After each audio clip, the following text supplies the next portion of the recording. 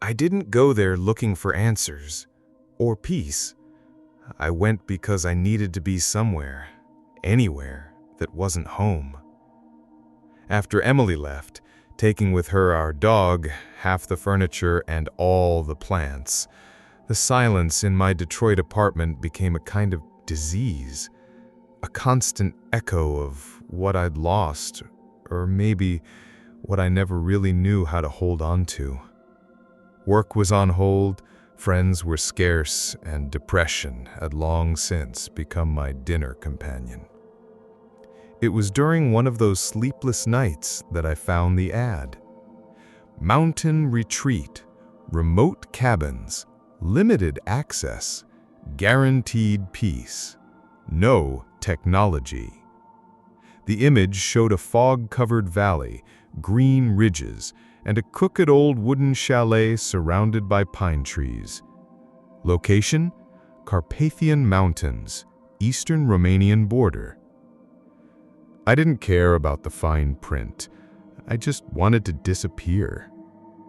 I bought the ticket the next morning. Warnings about travel restrictions, language barriers, limited transportation, none of it deterred me. If anything, the more remote it sounded, the better. The plan was simple: go there, stay off the grid, maybe write a little, sleep better, possibly even rediscover a version of myself that didn't feel like dead weight. Landing in Bucharest was disorienting. Dry heat, tired airport lights, taxi drivers waving handwritten signs. I caught a bus that looked like it had been forgotten by time, all the way to a town called Târgu. From there, I was told, a local driver would take me to the retreat cabin up in the hills. The man who picked me up looked like he had never smiled in his life. His name was Marius, a tall man with heavy hands and deep-set eyes. He barely spoke a word of English, and I didn't speak a single word of Romanian. But when I showed him the address, he went quiet and gave a single nod before helping me throw my bag in the back of his weathered Dacia. As we drove deeper into the countryside, the roads narrowed. Asphalt gave way to gravel. Gravel gave way to dirt. Trees closed in on both sides of the path, tall and ancient, the kind that swallow light and sound. Fog began to settle around the hills like a breath, holding itself. There was something unnerving about how still everything was. I'd been in forests before, but this silence was different. No birds, no wind, just the rumble of the old car and the crunch of stones under the tires. At some point, we passed a wooden sign nailed to a tree. I couldn't read it, but the red paint looked fresh. Marius murmured something under his breath when we passed it. A single word. Un fomentata. I repeated it clumsily. He turned sharply toward me. No, don't say. I shut up. Eventually, the road ended at the edge of a clearing. The cabin was there, alone and waiting, nestled between crooked trees. It was older than I expected, with a steep roof and walls blackened by weather and time. Moss crept along the stones of the foundation. A small path, barely visible, trailed off into the woods behind it. Marius didn't step out of the car. He handed me the key through the window and gestured to the house with a flat hand. Stay inside at night. No forest, no walk. That was all. I barely had time to ask what he meant before he drove off, tires spinning in the dirt. His taillights disappeared almost instantly into the mist. I stood there for a moment, alone, surrounded by silence so deep it made my ears ring. The cabin was colder than I expected. Dusty, but not abandoned. Someone had left a basket of firewood by the door, and a few cans of food in the pantry. There was no cell signal, no Wi-Fi, not even a landline. Just me, my thoughts, and the quiet groan of wooden beams settling into themselves. The first night passed uneventfully, though I could have sworn I heard something moving outside around 3 a.m., a soft shuffling, like bare feet dragging through leaves. When I looked out the window, there was only fog, no stars, no moon, just that thick gray soup pressing against the glass. I tried to convince myself it was the wind, but there was no wind. By the second day, I started to notice things. Not big things, not yet, just off. Like the way the fog never really lifted, even by noon. It clung to the trees like skin, wrapped around the ground and sat thick over the clearing, as if the air itself didn't want to move. Even sunlight struggled to cut through it. When it did, the light looked pale, watery, as though it had traveled too far to matter. I walked around the cabin, trying to clear my head. The property was ringed by a crude wooden fence, some of the boards half-rotten or broken. Past it, a forest stretched outward in every direction, dense and wet, the kind of place that swallowed sound and gave back only stillness. There was a trail leading into it, narrow and barely maintained, probably deer or old logging routes, I figured. I made a mental note not to explore alone. Still, curiosity tugged at me. That afternoon, I followed the path for maybe 10 minutes, just far enough to get a feel for the terrain. A crow called once, sharp and sudden, and flew overhead like it was running late to something important. I turned around soon after, not out of fear, but because something about the trees made it feel like I was being tolerated. That night, the sounds came back. It started with a scraping noise along the side of the cabin. Light, like a branch, or nails. Then the creak of wood as if someone was walking across the porch. I sat up in bed, heart hammering, staring at the door. No knock, no movement. I told myself it was an animal, maybe a fox or a wild dog. But animals don't whisper. I don't know if it was a dream, I might have been half awake, but I swear I heard something say my name outside the window. Not shouted, just spoken, calmly, clearly, in a voice I didn't recognize. The next morning, I found prints on the porch. Not boot prints, bare feet, small, human, leading from the woods to the door and then away again. I stood there staring at them like an idiot until I noticed the edge of the path, the one that ran behind the cabin. The ground there was churned up. Something had been dug out. A small hole, maybe 2 feet wide, half collapsed from the rain the night before. Inside it was a stone. Just a stone, round, flat, with some kind of carved symbol on the surface. Almost like a spiral, but broken halfway through, jagged and cracked. It was buried shallow, like someone wanted to hide it, but not very hard. And the strangest thing, my name was carved underneath it. Misspelled slightly, but it was there. My full name, Samuel Brooks, scratched into the dirt like it had been done with fingers. I didn't tell anyone. Who would I tell? There were no phones, no internet. The cabin didn't even have a working radio. I walked back to the village that afternoon, hoping to find Marius or anyone who might explain what the hell was going on.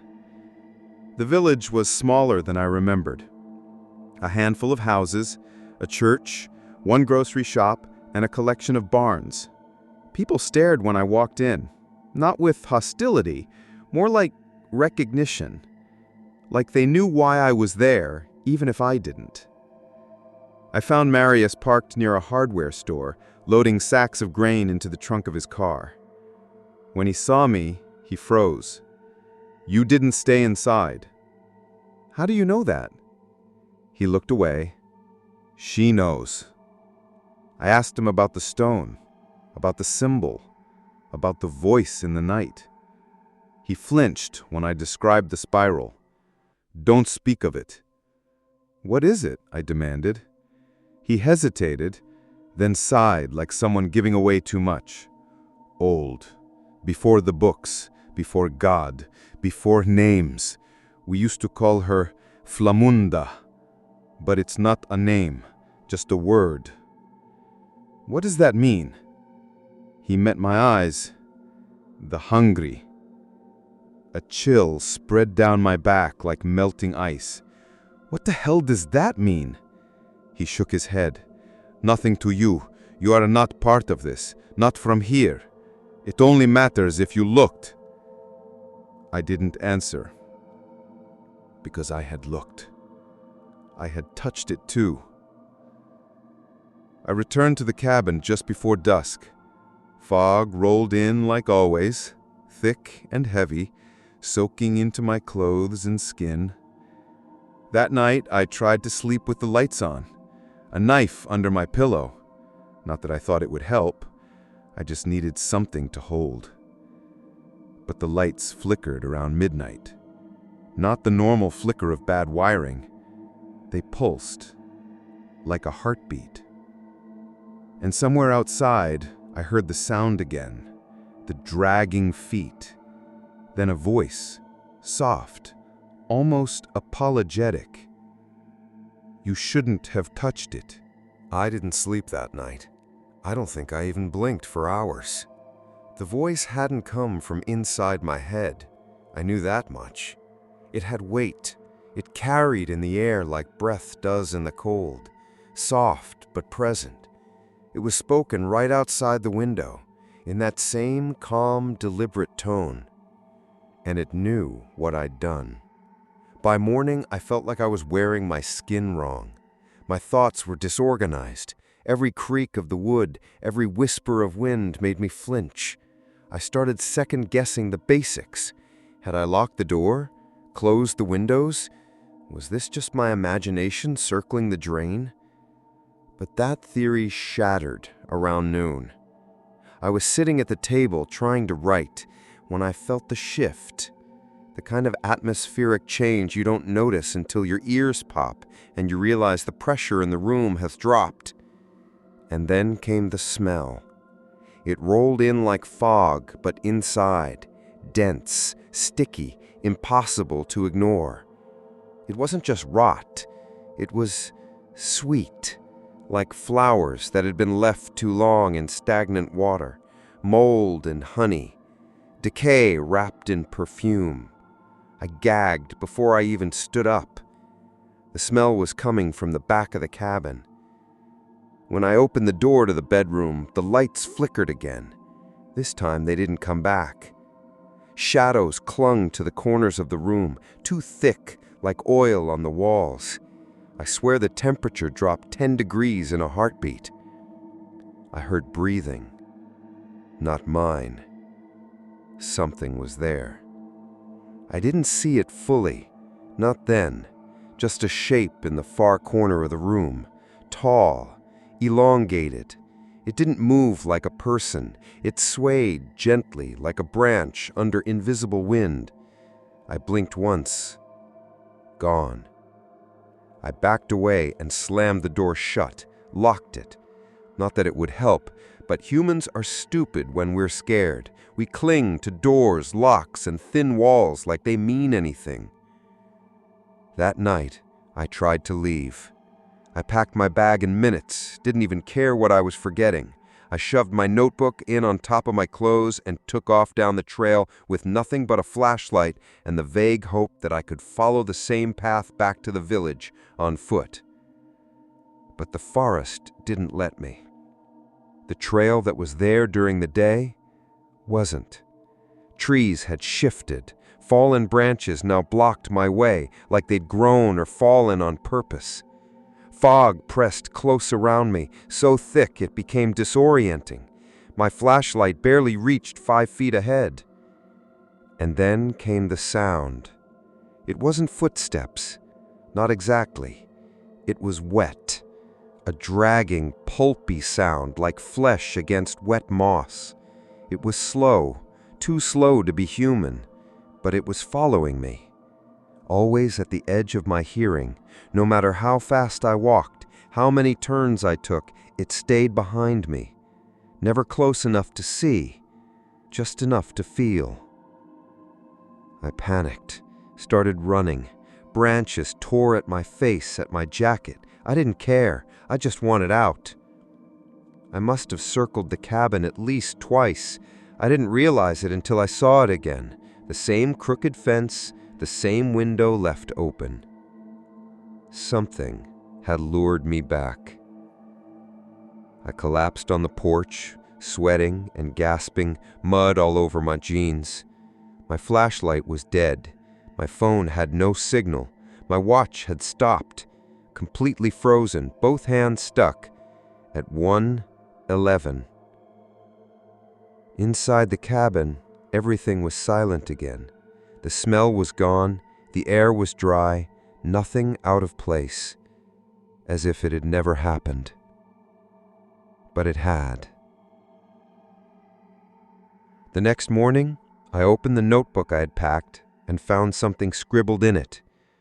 A single sentence, repeated over and over and over. You saw her. You saw her. You saw her. You saw her.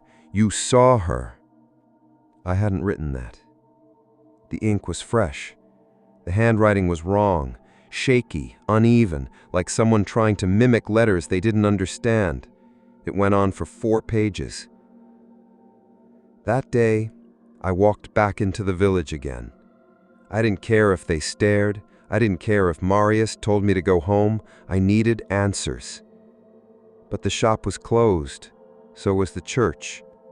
Doors that were open days ago were now locked. Curtains were drawn. People vanished into alleyways as I walked by. Eventually, I found an old woman sitting on a bench outside what looked like a former schoolhouse. She was dressed in black, a scarf tied tight under her chin.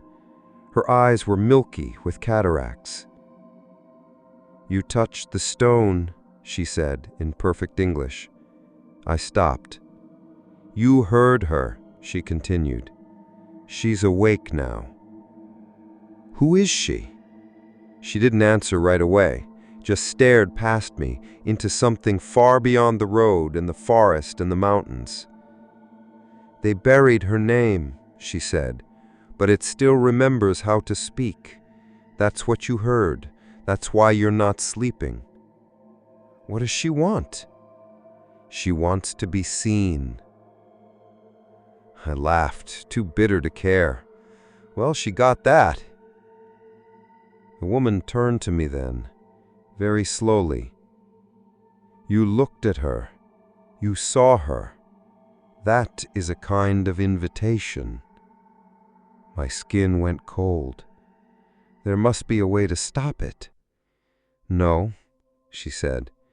There are only 2 ways this ends. You feed her, or you let her feed. That night, I didn't lock the doors. What would be the point? I sat at the kitchen table with a knife in one hand and a candle in the other, the notebook open in front of me. My hands wouldn't stop shaking. The cabin creaked around me like it was alive, breathing. Then I heard it, a low whisper, not in words. It was like something humming, but just under the pitch of hearing. My teeth ached, my eyes watered. And then, a knock. 3 slow knocks at the front door. I didn't answer. I just sat there, frozen, staring at the wood.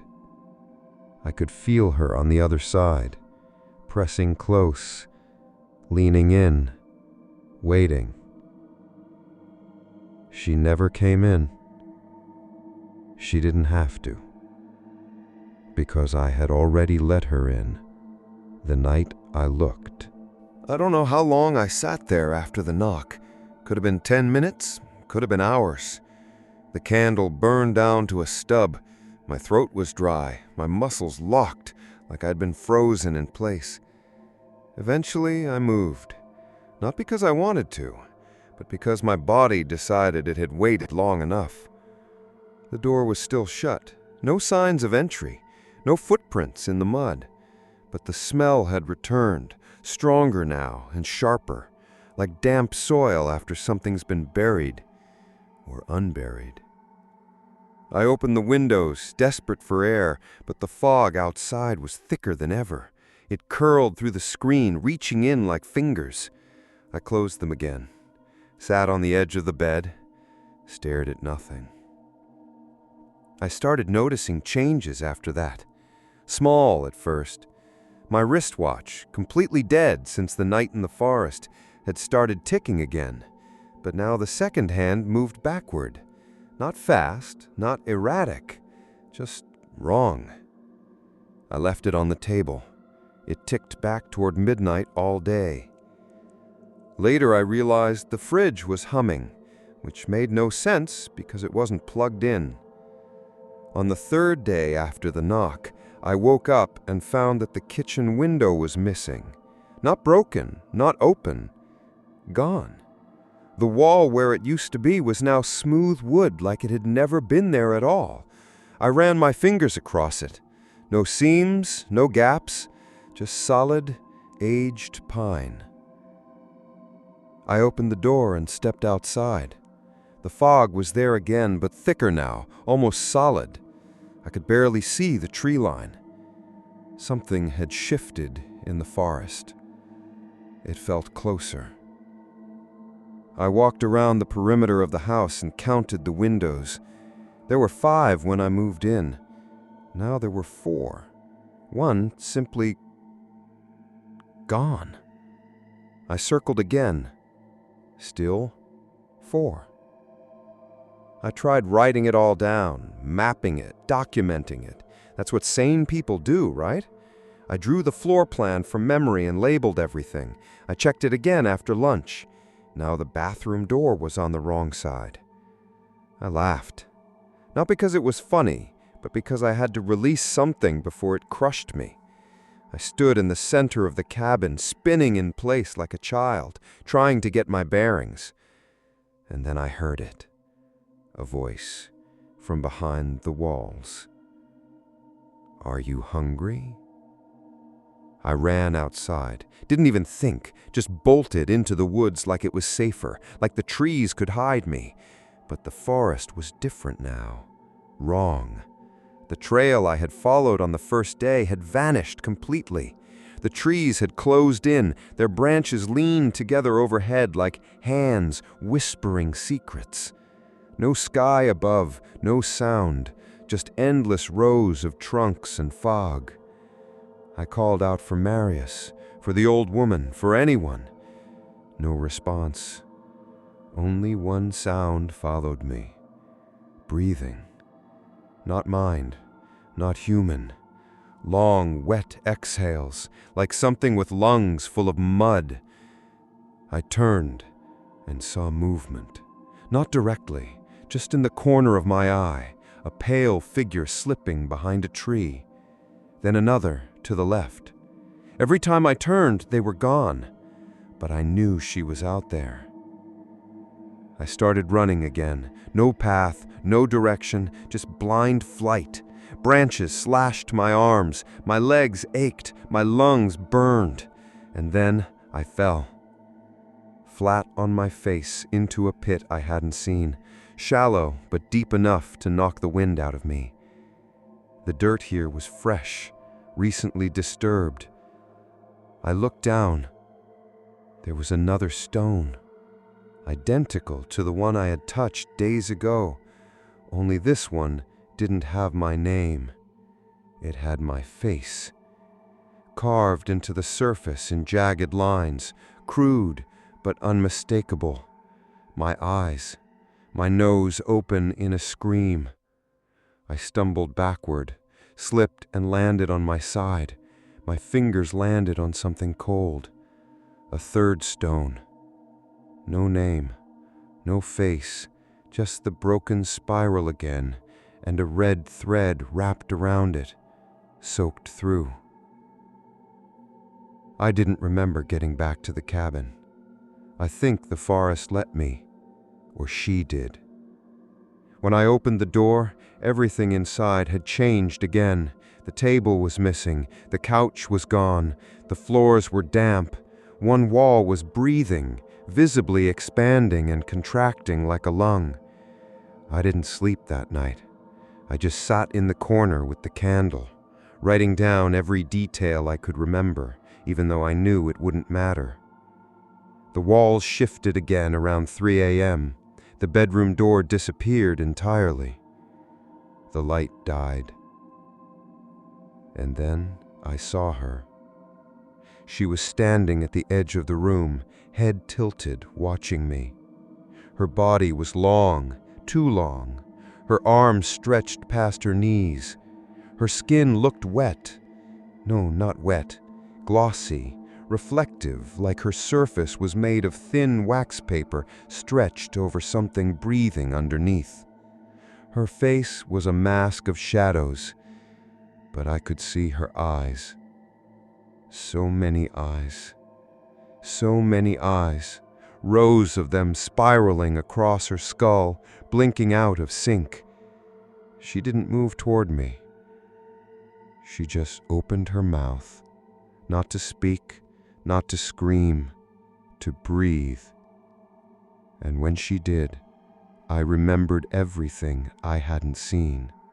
Every night she had watched me, every time she had followed me into the forest, every breath I thought was mine. It had always been hers. I left the cabin the next morning with the sunrise, or at least what I assumed was sunrise. There hadn't been any real daylight in days, just a slightly lighter shade of gray. I wasn't sure if it was courage or desperation that made me go back to the village. Probably the latter.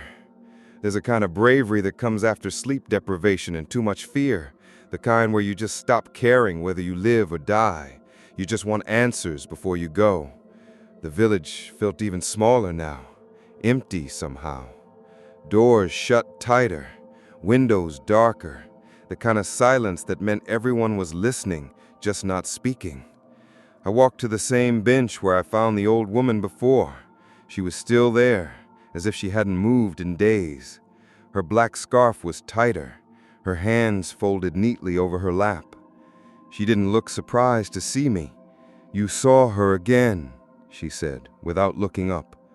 I sat beside her, my hand shaking, barely able to form the question. "What is she?" The woman took her time. Her eyes stayed fixed on the horizon. "They call her many things.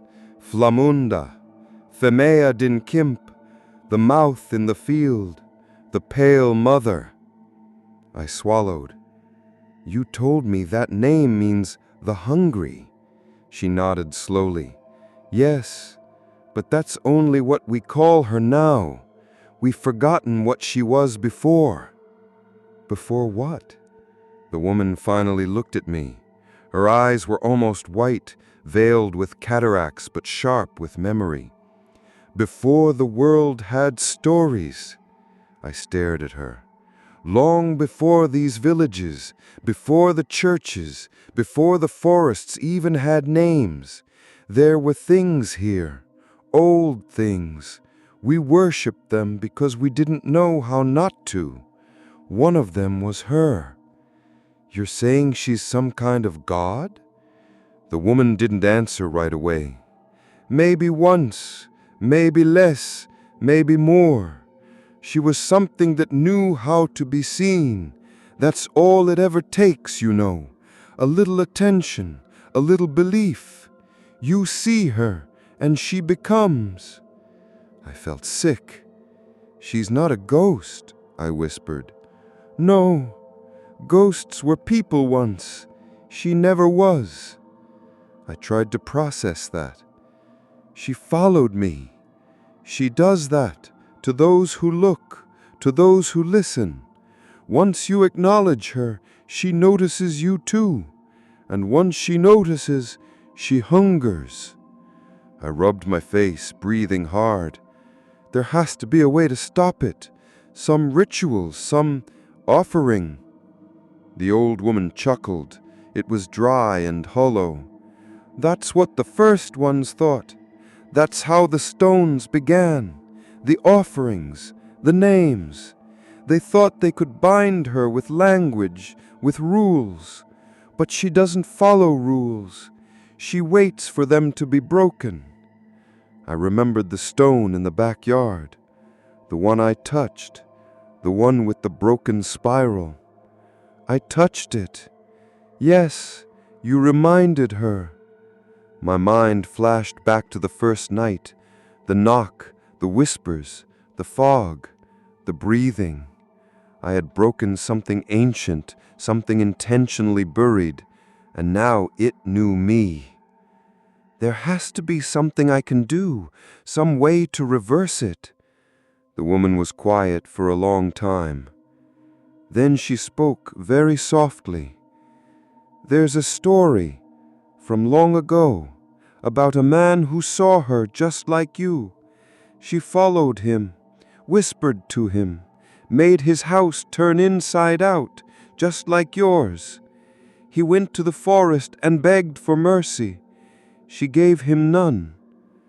What happened to him? They say he brought her someone else, someone she could see, a traveler, a stranger. I felt my stomach turn. They say she took the new one and let the man live, but he didn't, not really. He stayed in that house, never spoke again. He died with her still watching him. I stared at the ground. That's not a way out. It's the only one I've heard.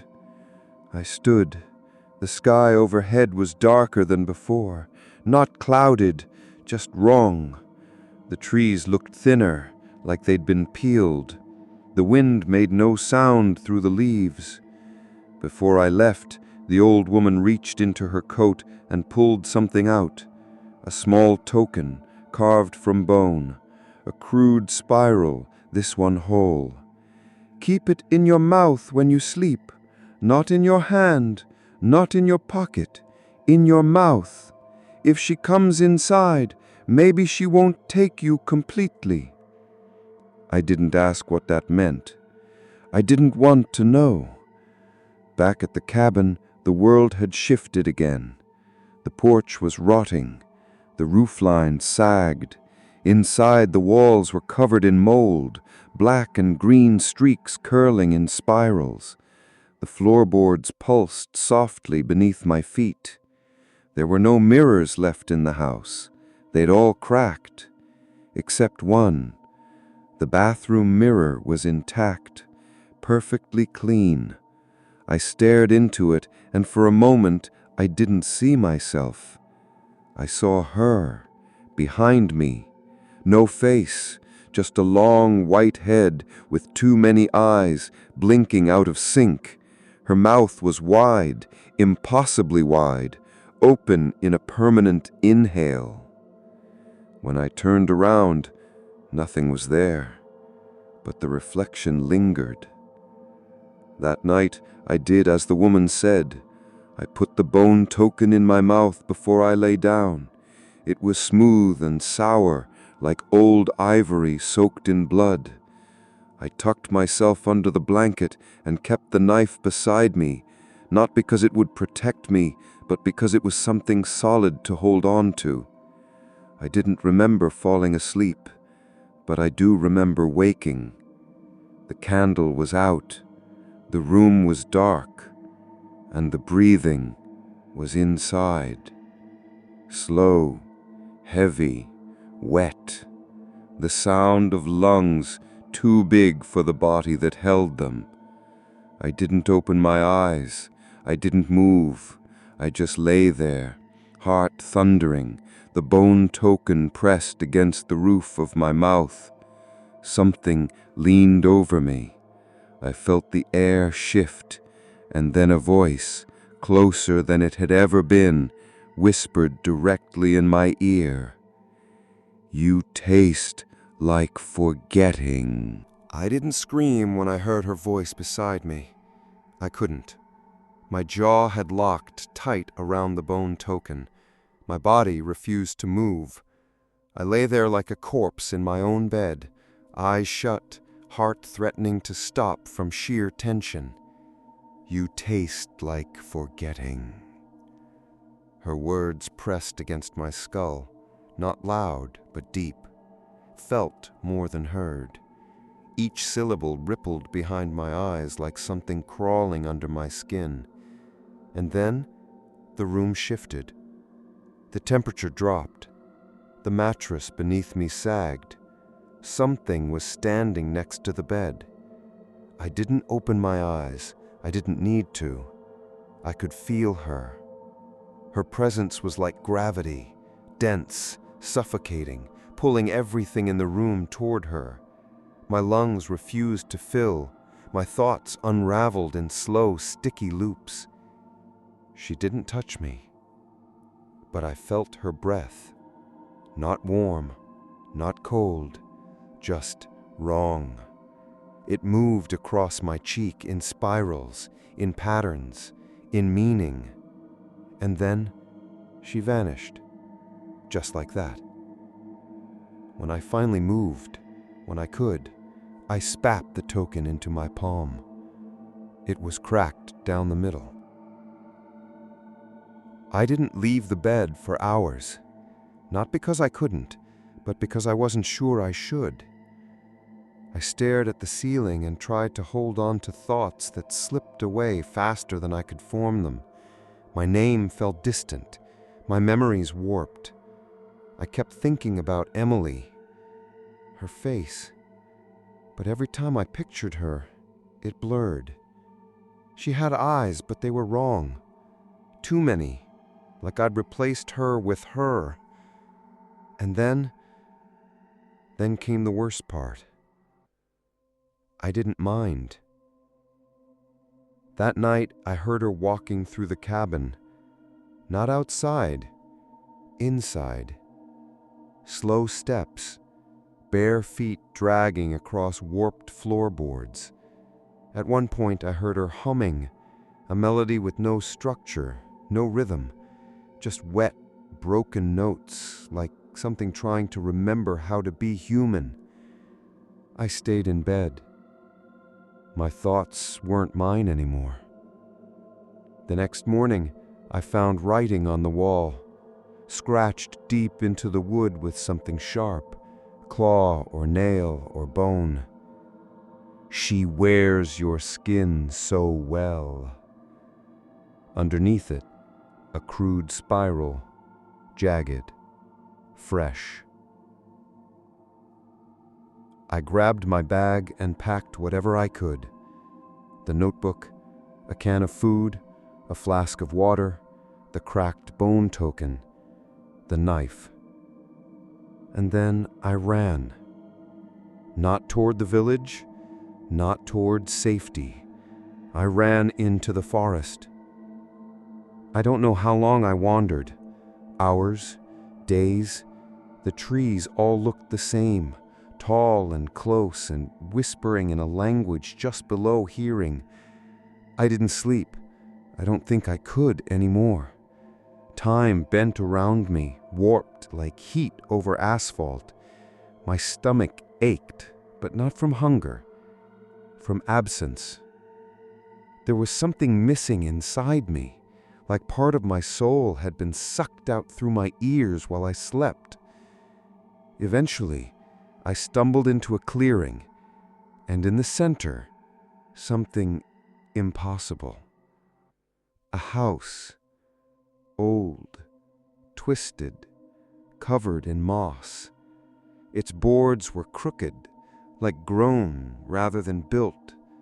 A chimney exhaled slow, dark smoke. Symbols were carved all over the doorframe, in spirals and eyes and mouths. It was the same cabin. Not like the cabin, the exact same one. But it couldn't be. I had run for miles. I'd left it behind. I circled it once. The back wall was missing. In its place stood a gaping hole into darkness. No floor, no furniture, just a void where the inside should be, deep and pulsing with faint red light like a wound in the earth. I stepped closer. The air vibrated, and then I heard them. Voices, hundreds, thousands, whispering in sync. They weren't words, they were memories. Mine. Things I had forgotten. Childhood dreams, fears, moments I didn't even know were still inside me. I dropped to my knees and vomited, not from sickness, from violation. She had taken them, stored them, played them back to me like songs from a broken radio. Do you understand yet? The voice came from behind me. I turned, slow, trembling, and saw her. This time she didn't hide in shadow. She was tall, over 7 feet, her limbs too long, her skin translucent. Beneath it, muscle twitched like worms in fluid. Her face shifted constantly. Woman, man, child, corpse, cycling through forms like flipping pages in a book. And her eyes, endless, sprouting across her cheeks, shoulders, chest, blinking slowly, weeping black tears. I couldn't run. She reached toward me, not with hate, not even hunger, with possession. You brought me back. You remembered. And now I remember you. I didn't mean to, I gasped. You opened the door. She stepped closer. Her fingers touched my forehead, and I collapsed. I woke up in the cabin. My cabin. Everything was back in place. The table, the couch, the windows, the walls. Normal. Except it wasn't. The notebook on the table was full. Hundreds of pages, front to back, all in my handwriting, but I didn't remember writing them. They weren't even in English. Spirals, symbols, repeating phrases, her name scratched over and over. And in the last page, written clearly as if for me to find, she doesn't need to kill you. She only needs to be inside when you die. I don't know what day it is anymore. I don't know if I'm still me. I look in the mirror and sometimes see someone else. My mouth moves out of sync with my voice. My thoughts echo with words I don't understand. But she's quieter now. Closer. Calmer. Like she's waiting for something. I don't remember falling asleep. Maybe I didn't. Maybe I just blacked out again, like the body shutting off to protect whatever was left of me. When I woke up, it was already dark again, though by now, dark had lost its meaning. The cabin was still mostly intact, but different. The spiral carvings had spread. They were on the floors now, on the inside of the windows, even on my arms. Thin, raised lines under the skin, not deep enough to bleed, but deep enough to itch, like something inside me wanted out. And then I heard her voice again, not whispering, speaking. "You know what must be done." She didn't sound angry. She never did. Just inevitable, like a thought that had always been there, just waiting for me to be quiet enough to hear it. One life for silence, one set of eyes for forgetting. I stood up slowly, unsteady, my breath shallow. I was sweating but freezing. My hands wouldn't stop shaking. "I didn't ask for this," I said aloud. No answer. "I didn't want this." But it didn't matter. Want had nothing to do with it.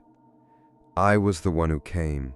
I was the one who opened the trail, who touched the stone, who looked back. She only needed to be seen, and now she was awake again. I thought about dying, just ending it. Maybe if I cut it off at the source, myself, it would end here. She wouldn't spread. She wouldn't move on. But the notebook said otherwise. She doesn't need to kill you. She only needs to be inside when you die. She had planted herself in me, like a seed. That night, I walked back to the village, or what was left of it. Most homes were empty. A few were burned. The church had collapsed in on itself, the steeple black with rot. No birds, no lights, just fog and silence. But I found him, Marius, still alive, still in the same damn truck parked in front of the old store. He looked older now, as if 10 years had passed in just a few days. His skin sagged under his eyes. His hands trembled as he lit a cigarette with a box of damp matches. He looked at me. He knew. "You saw too much," he said. I nodded. "She's inside me." He flinched, but didn't argue. "There has to be a way," I said. "There is, but you won't like it." He pointed to the passenger seat. The road out was still there, barely, overgrown, cracked, pulsing at the edges of vision like something alive. Marius drove in silence. I watched the mist roll over the windshield like a living thing trying to find a way in. Eventually, we reached a gas station near the border, somewhere between Romania and Ukraine. It looked normal, lit, busy even. People. Tourists. Foreigners. My heart sank. I knew what this meant. I turned to Marius. "You brought someone once, didn't you?" He didn't answer. He didn't have to. His eyes said everything. I stepped out of the car. The lights of the station burned too bright. The world felt too real. Plastic wrappers, music playing from a radio, teenagers laughing near vending machines. This was the edge of everything I remembered about the normal world. I didn't belong here anymore. But she wanted to. I waited near the bathrooms, watched the people come and go. A couple in their 20s, loud and drunk. A family with a crying toddler. A man in a gray suit, traveling alone. He looked tired, like me. He asked for directions in English, like me. And when he stepped outside to smoke, I followed. We talked, small talk, weather, flights, delays, loneliness. I asked where he was headed. He said he wasn't sure. I nodded, and I pointed toward the mountain road. The cabin is empty now, cheap, remote, if you need to disappear. He smiled. Sounds perfect. I watched him drive away. My stomach turned. I almost called out, almost screamed at him to come back, that it was a trap, that I was a coward. But I didn't, because she was already smiling behind my eyes. I stayed at the gas station all night. Didn't move, didn't sleep. The fog never reached this far. The lights were too bright, the music too loud, the world too awake for her to fully breathe. But I could feel her inside me. Not content, not quiet, just waiting.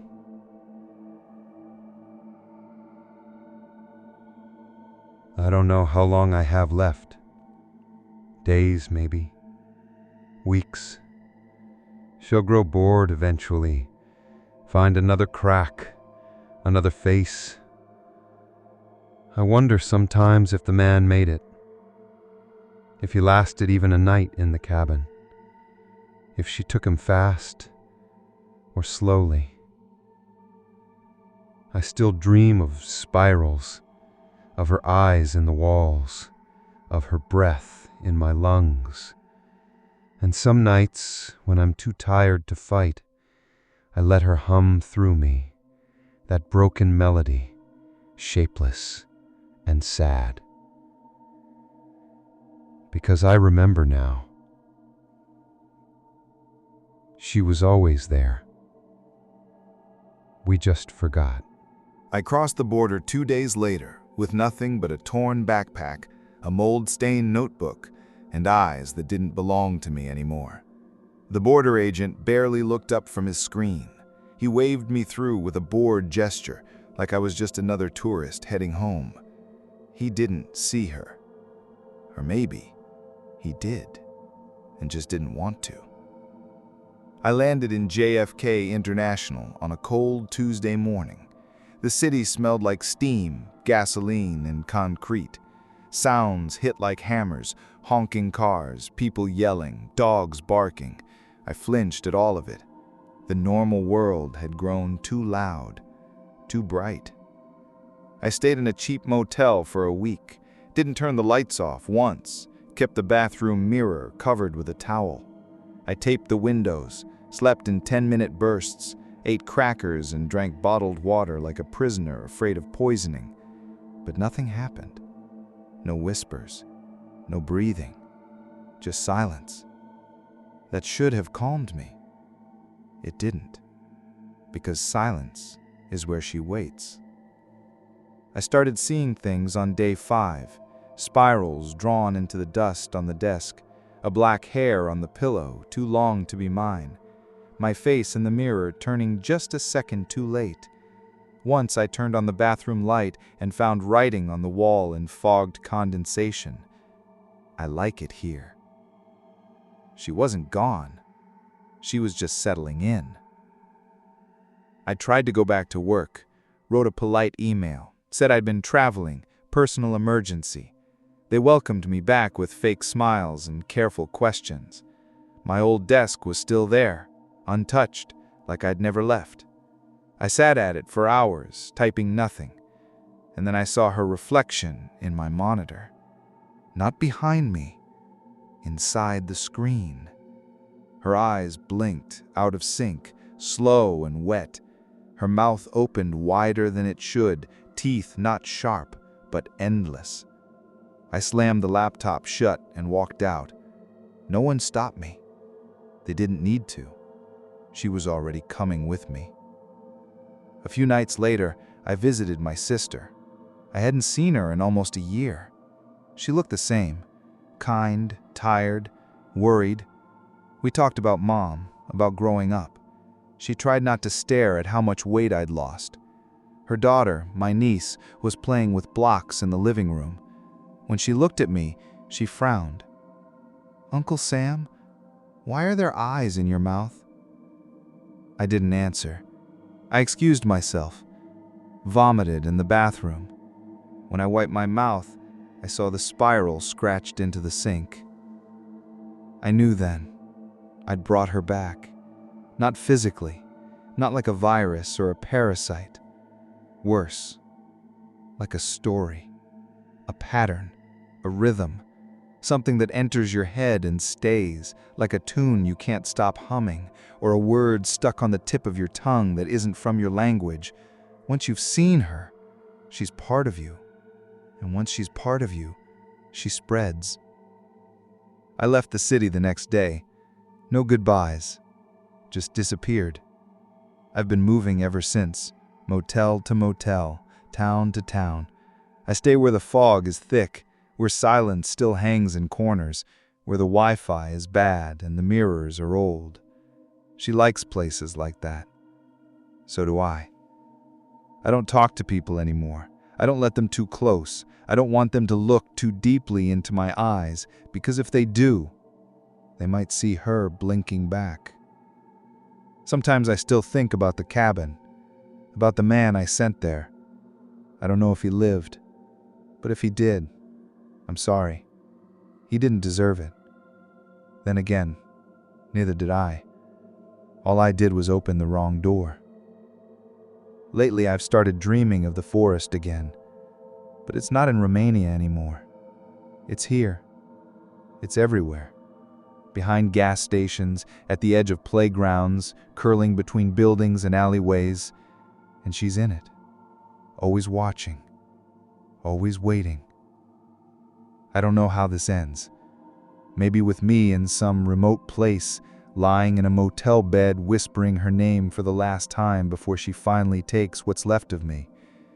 Or maybe with someone reading this notebook, following the trail, touching the stone, looking into the spiral just a little too long, because that's all it takes. Just one look, just one breath, and she'll be in you, too.